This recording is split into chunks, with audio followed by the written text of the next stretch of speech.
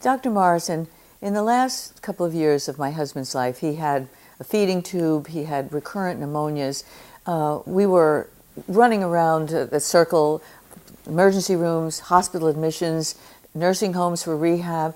It just wore us out. And my husband just seemed to get sicker all the time. One day, we'd waited for 8 hours in an emergency room for a CAT scan, and Clay finally said, "Let's go home. I never want to come back to a hospital again." You know, I wheeled him out of that hospital with the IV needle still in his arms. It was a small triumph. And then I called you, and you brought the concept of palliative care into our home. You made a house call. I couldn't believe it. Why is palliative care able to empower the patient? Too often what we do in medicine is we start with what are our treatments and say this is what we have to offer you. And I think what makes palliative care different is the focus is on taking care of the patient, the family, and caregivers in the setting of a serious illness.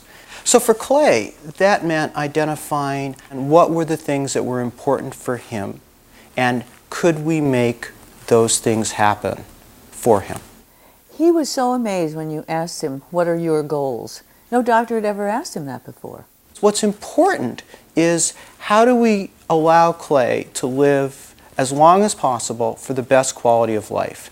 And for me, that means understanding what makes life worth living for him. Because unless I understand that, I'm not going to be able to recommend treatments that meet those goals. Mm-hmm. And what was important for Clay was to still be able to go out in the world and see what was going on, being a journalist, even if we took him in a wheelchair. Exactly. We tried to set goals that were both realistic and that he wanted to achieve, but also be honest to say that there were some we might not get to. You brought the caregiver into the situation, into all these discussions, every time.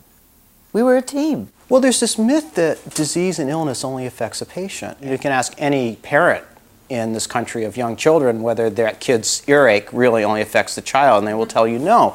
Magnify that 100, 1,000 times when you're dealing with somebody with a serious illness like Clay had. And then it really is a family caregiver experience. And I remember the day that you kneeled down at Clay's bedside, right on his eye level. You always came to his eye level.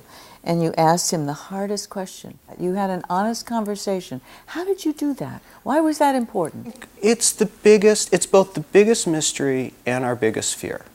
His biggest fear was that it was going to happen when he was alone.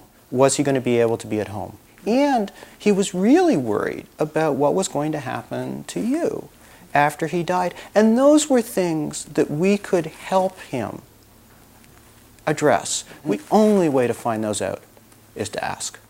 You helped me to understand Clay's wishes and act on them. I remember one time he pulled out the feeding tube, and I was in a panic. I called you, "Get it reinserted." You did.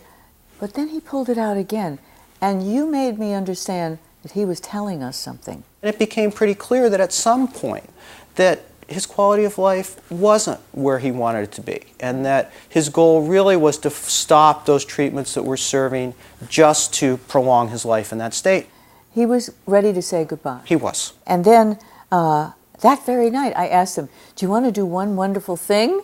And he smiled, and I said, "Jazz." And I said, "Dizzy's Coca-Cola Club has a show tonight. I think it's on in 2 hours. Are you ready for it?" And he wanted to get dressed. He pushed himself up from the bed. Remember, we went to the closet. He even let me put tinted sunscreen on him to give him some color. And it wasn't easy to get him in and out of a cab to a show, but he sat there in his wheelchair and drumming on the table at the time of the drummer. We came home at midnight. He didn't want to stop talking. And we put his speaking tube in, and he said, "That was a magical evening. That was worth gold." He was actively dying then, and the idea that you had brought him to a place where he could say, "It's time to say goodbye, I really want to do this," was quite a gift.